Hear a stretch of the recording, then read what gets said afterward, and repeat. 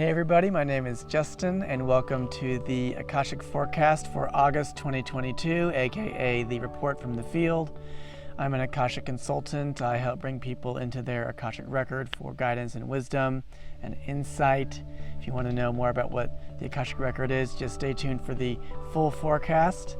Every month I open the Akashic record to learn what is happening in the month ahead in the energetic field that could be affecting us emotionally, spiritually, psychologically.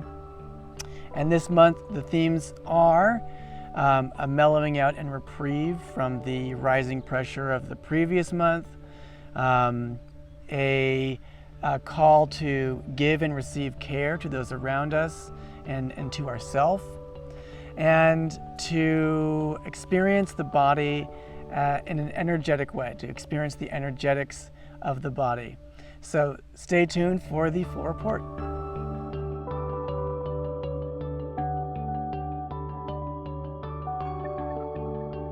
Hey, welcome to the full report for August 2022. Again, my name is Justin Taylor.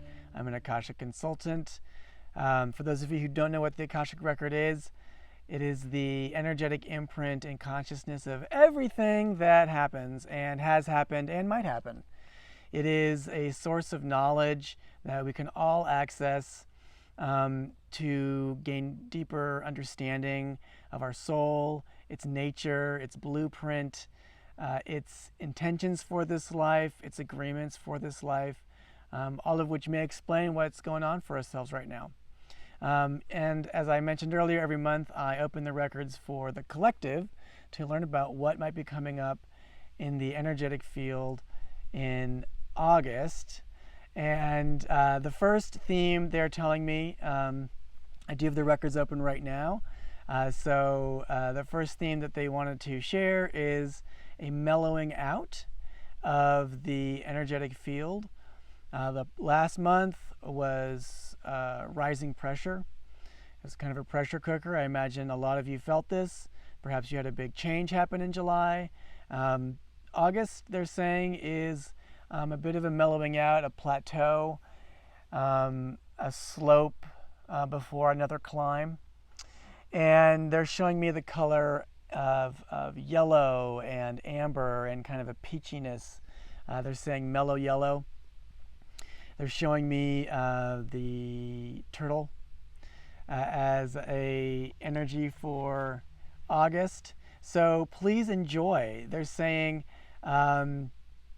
treat it like, the lazy river of August. In the global north, August is the last month of summer, and a lot of people use that month to go on vacation in the woods, in the mountains, at the beach, and so it's not too surprising perhaps to hear that coming up in August is a mellowing time. So I am sure welcoming that.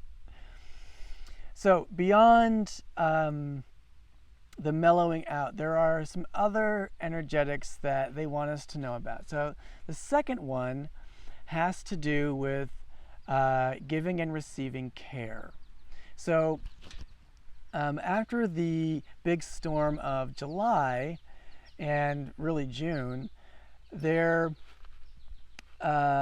is in the calm after the storm, you might notice that they're showing me this image of the little creatures and animals that come out of their shelters and hiding places when the storm has passed. And they come out and they shake off the trauma from their bodies, and they look for food and check to see, are things okay out here? And they're saying that that's going to be happening with us as well. So there's two ways that they mean this image. The first has to do with the people who have less capacity to cope with stormy times for whatever reason. It's not a good or bad thing that one has more capacities to deal with stormy times. Some people can't deal with mellow times, so they're saying there is no one way that is better than another here on earth. So they're saying notice what's going on with the people around you, especially the people who might need more help, and notice their unmet needs.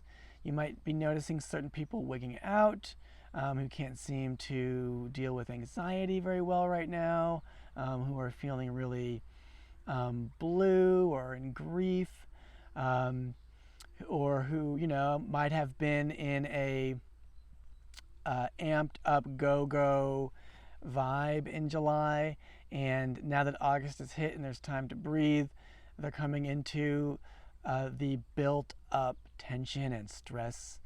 And they're saying to offer care to people that you see who are not doing as well as you might be, and then to extend that to yourself as well. If you notice that you are on the inside not doing so well, to call on your inner resources to offer that care to yourself and to receive it from those around you. Maybe you are that frightened little animal right now who's coming out of her shelter, needing to get some care.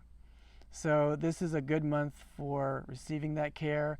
Book yourself a trip to the hot spring or the spa. Make sure that you don't deny yourself, they're saying, of the parasympathetic energy. So the sympathetic is the stress response of the vagus nerve, the sympathetic energy cycle. The parasympathetic would be the opposite of that. So sympathetic, fight and flight, freeze. Sympathetic is rest, digest. So we are in a month where we can get more of that rest, digest going on. They're giving me the image of people floating down a river together. And they're giving me a few key phrases to go along with this image. The first is, God does not answer prayers, people do, and that's why God became people. So, God does not answer prayers, people do.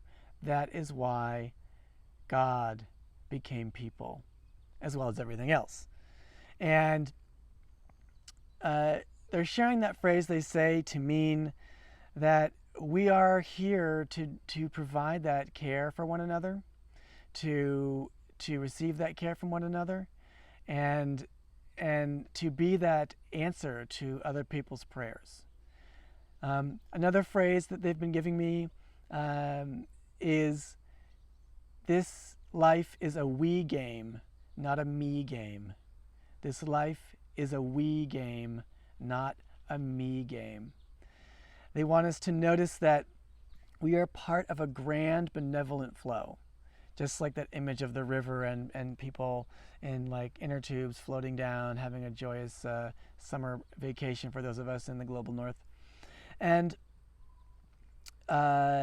also as a reminder that these egos that we walk around with can be very, very obsessed with themselves, and that is not an inherently wrong thing. It is not. It is a response to believing that we are separate. But in the end, this life is about the total, the all, everybody. It's a we game, not a me game.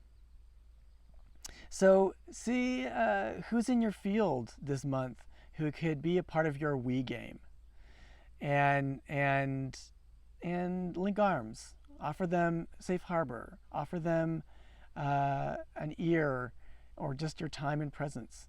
It is a part of the great benevolent flow to participate in the we game. All right, so that's the second theme. Third theme.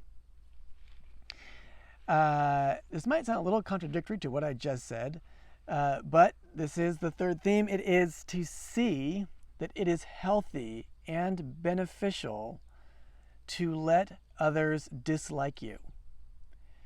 It is healthy and beneficial to let others dislike you. A big part of the me game, they're saying, is to be very, very concerned with how others might see you or think of you, and to live through what you think they see or think. And that is, of course, a world of anxiety and stress because we have no control over what other people think or see of us. It is truly their stuff. And so they're inviting us to release the desire to get into their business and care about or control whether they like us or not. It is truly a liberating thing to let other people have whatever image they have of us, just to let them. This isn't, of course, an invitation, they're saying, to be a jerk, but it is an invitation to liberate yourself, to just do you. And in that, when we just do ourselves, we have so much more room and space to be available to others who might need the support that we could provide. So that's the third. The last and fourth is to simply embrace the pleasure of our energetic body. Now, this is a slightly different invitation, they're saying, than to embrace the pleasure of having a body. They're saying here to embrace the pleasure of having an energetic body. The body is an experience in awareness. That is they're saying the most basic definition of the body. The body is an experience in awareness. If you close your eyes right now and just feel the experience of the body, it feels more like a cloud of sensations. They've been giving me this phrase, inner galaxies, inner stars. There is so much actual space in the experience of the body than in the image that we have in the mind of the body. And there are so many labels and judgments and tensions and contractions that the physical body may carry that make it feel very dense. And they're saying this month, in this mellower time, as we are relaxing and enjoying, to feel the energetic, to feel the body as an energetic experience. And you can use that image of the galaxies. We just had these extraordinary images from the James Webb telescope that's in the other side of the sun to remind us of how much space there is in the universe, and the extraordinary beauty of the constellations and the constellating stars and galaxies.